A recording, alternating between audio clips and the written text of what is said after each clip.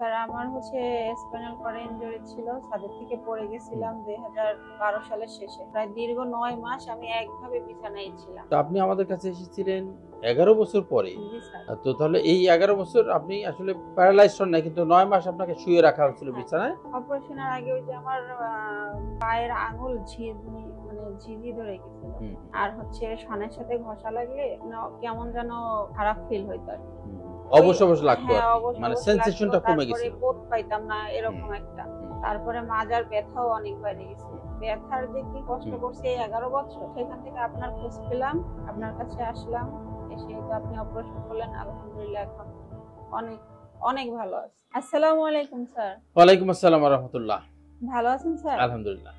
আপনি তো তন্নি? জি স্যার। তন্নি বাড়ি কোথায় যেন? খুলনাতে। খুলনাতে। খুলনার কোথায়? খুলনা দৌলতপুর। দৌলতপুর।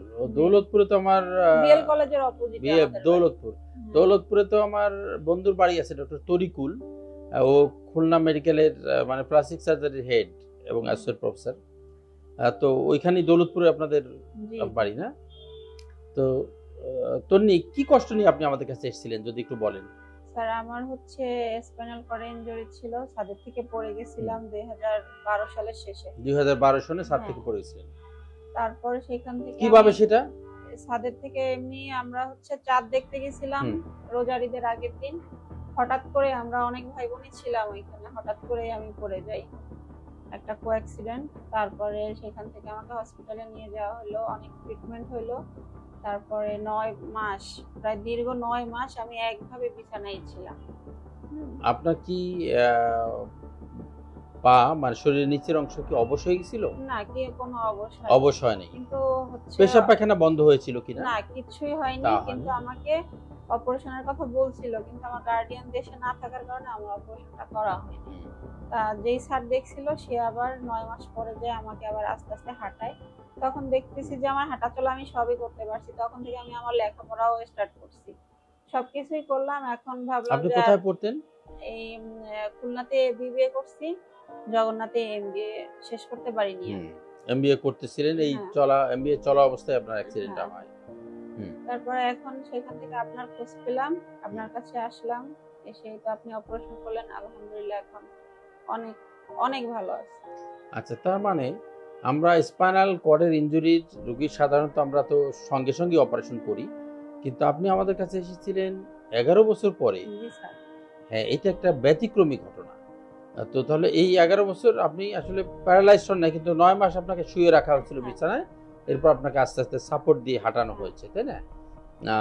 গার্জিয়ান দেশে ছিল না, মানে কি আপনার বাবা ছিল না? আচ্ছা আচ্ছা, রাইট। তো তাহলে এই যে আপনার মানে অর্থাৎ অপারেশনটা করলেন 11 বছর পরে হলেও, তখন কি অসুবিধা হচ্ছিল অপারেশনের আগে? অপারেশনের আগে ওই যে আমার পায়ের আঙুল ঝিঝি ধরে গেছিল। আর সানের সাথে ঘষা লাগলে কেমন যেন খারাপ ফিল হইতো আর কি। অবশ লাগতো, মানে সেন্সেশনটা কমে গেছে, বোধ পাইতাম না এরকম একটা। তারপরে মাজার ব্যথাও অনেক বেড়ে গেছে। তারপরে এই সিদ্ধান্ত নেওয়া। এবং আপনি কি হাঁটা চলা করতে পারতেন স্বাভাবিকভাবে? না, স্বাভাবিকভাবে পারতাম না, মানে খুব কষ্টে হাঁটতে পারতেন। হ্যাঁ, অনেক কষ্ট। ব্যথার যে কি কষ্ট করছে এই 11 বছর। রাইট। তারপরে আমার মেয়েটা, সব মিলে আরো কষ্ট। আচ্ছা আচ্ছা। তো আপনার কি ওই ইনজুরি থাকা অবস্থায় কি আপনি কনসিভ করেছিলেন? হ্যাঁ, আমার মেয়ের বয়স 5 বছর। 5 বছর, রাইট। হ্যাঁ, আপনার তো অপারেশন আমরা এই বছরই করেছি। হ্যাঁ, এই গত এপ্রিলে করেছেন অপারেশন। তাহলে এই অপারেশনের পরে আপনি প্রায় 4 মাস পরে আমাদের কাছে আসলেন। এখন তো আমি আপনাকে আজকে দেখে চিনতেই পারিনি যে তন্নি আপনি আমার রোগী ছিলেন। তার প্রথম ফাইলটা দেখে মনে করলাম যে রোগী বোধহয় অন্য কেউ, কিন্তু পরে দেখলাম যে আপনি। যাক, এটা আসলে খুব আনন্দের আমাদের জন্য। যদিও আমরা বলেছি যে স্পাইনাল কর্ডের অপারেশন সঙ্গে সঙ্গে হয় সাধারণত, কিন্তু আপনি পরে যখন আপনার কমপ্লিকেশন ডেভেলপ করলো, আর আপনার হলো মানে কমপ্লিকেশন ডেভেলপ করার পরে আপনি শেষ পর্যন্ত অপারেশন করতে বাধ্য হলেন। এখন অপারেশন করার পরে আপনি কি আগের যে সমস্যা ছিল যে পাটা অবশ হয়ে যাচ্ছিল, যে অনেক কিছুর সাথে ঘষা লাগলেও বুঝতে পারতেন না, বা একটা অন্যরকম ফিলিংস হতো, সেগুলোর কি অবস্থা? সেগুলো এখন সব আল্লাহর রহমতে সুস্থ হয়ে গেছে। তারপর একদম মাজার শেষ অংশটুকে ব্যথা হয়ে থাকতো সারাদিন শেষে। তখন 2-3 ঘন্টা রেস্ট না নিলে আমি আর হাঁটা চলা করতে পারতাম না।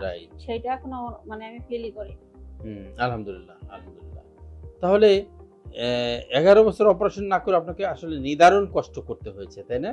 অনেক অনেক কষ্ট করতে সেটা তো আমি আপনার সাথে যেদিন ফার্স্ট আমার দেখা হয়েছিল সেদিন তো আমি কান্না করে আমি আপনাকে বলছিলাম যে আমার কষ্টের কথা। তারপরে সেদিনই তো আপনি আমাকে আশ্বাস দিলেন, তারপর আপনার কাছে মানে আমি আশ্বাস দিলাম যে আপনার ভালো হওয়ার সম্ভাবনা আছে। রাইট, আলহামদুলিল্লাহ। আপনার কথা শুনে আমার হাজবেন্ড এবং আমি ডিসিশন নিলাম এখানেই করব। আর আপনার হাজবেন্ড তো সঙ্গে ছিলেন সেদিন? আচ্ছা আচ্ছা, ঠিক আছে তন্নি, তাহলে আপনি দেরিতে হলেও সঠিক সিদ্ধান্তটা নিতে পেরেছেন, সঠিক চিকিৎসাটাও নিতে পেরেছেন, এবং আল্লাহর ইচ্ছা আপনি এখন পুরোপুরি সুস্থ বলা যায়, তাই না?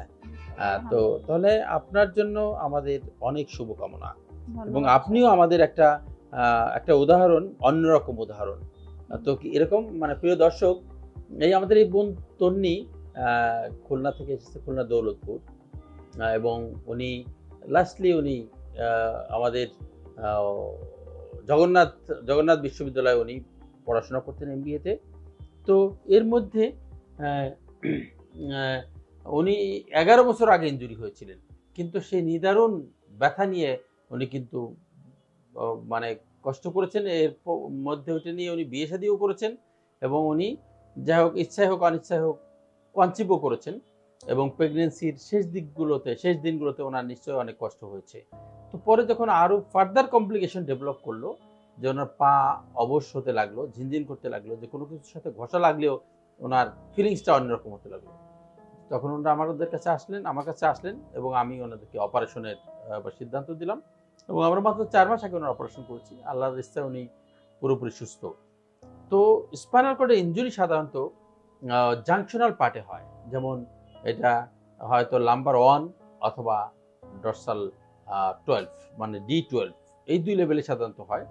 যে মোচড়টা লাগে সেটা দুর্বল, আমাদের বুকের অংশের হাড্ডির উপরের অংশটা সবল, মানে একটা মানে বুকের খাঁচা দ্বারা মানে প্রোটেকশনের মধ্যে থাকে, আর নিচে লাম্বার স্পাইনটা হলো একটা মোবাইল পার্ট, কাজে শক্ত পার্ট এবং দুর্বল পার্ট, এর মাঝখান দিয়ে এই শক্তিটা, ইনজুরির যে ফোর্সটা সেটা যায়, সেজন্য ওখানে L1 লাম্বার 1 অথবা ডরসাল 12 এটা ফ্র্যাকচার হয়। কিন্তু ওনারটা একটু ব্যতিক্রম, ওনারটা L3-তে লাম্বার 3-তে ফ্র্যাকচার হয়েছিল, এবং এখানে যেহেতু স্পাইনাল কর্ডটা না, এখানে কর্ডাইকুনা স্পাইনাল কর্ডের রিপ্রেজেন্টেটিভ মানে টিস্যু, সেজন্য এখানে মানে দীর্ঘদিন এই রিপ্রেজেন্টেটিভ টিস্যু কর্ডাইকুনা চাপ সহ্য করতে পেরেছে, উনি পুরোপুরি প্যারালাইজড হন নাই, ওনার প্রস্রাব পায়খানাও কোনো মানে বন্ধ হয়নি।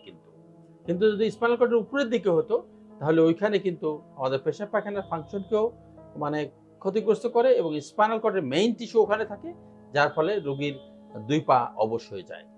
তো সেটা থেকে তন্নি তার মানে স্পাইনাল কর্ডের নিজের দিকে ইনজুরি হওয়ার কারণে এটা সে বেঁচে গেছিল, কিন্তু তার ব্যথা এবং দীর্ঘদিন স্পাইনাল কর্ডের চাপ লেগে থাকার ফলে যে কমপ্লিকেশন, সেটা থেকে সে রেহাই পায়নি। তো যাক, আমাদের কাউন্সিলিং এর পরে তন্নি এবং তার হাজব্যান্ড আশ্বস্ত হয়, আমরা তার অপারেশন করি, এবং আলহামদুলিল্লাহ 11 বছর পরে স্পাইনাল কর্ড অপারেশনের পরেও যে মানুষ সুস্থ হতে পারে, আমাদের তন্নি ইসলাম আমাদের সেই উদাহরণ। আজকে আমরা তাকে চিনতেই পারিনি, যে আমার কাছে সে যে আমার রোগী ছিল স্পাইনাল কর্ড ইনজুরির, এইটা কিন্তু মানে আমি প্রথম যে চিনতেই পারিনি। তো যাই হোক, এই জটিল অপারেশনটাও আমরা 10টা স্ক্রু এবং 2টো রড দিয়ে স্পাইনাল কর্ডকে শক্ত করে দিয়েছি, পেলা দিয়ে দিয়েছি, আর কি ফিক্সেশন করে দিয়েছি। তো আমাদের রোগীদের মনোবল বৃদ্ধির জন্য আমাদের আজকের এই ভিডিওটাও আশা করি কাজ করবে। তো সবাই ভালো থাকুন, এবং দেশে আপনি স্পাইনাল কর্ডের চিকিৎসা নিন, হোক সেটা যত জটিলই অপারেশন। সবাই ভালো থাকবেন এই প্রত্যাশায় আজকের মতো শেষ করছি। আল্লাহ।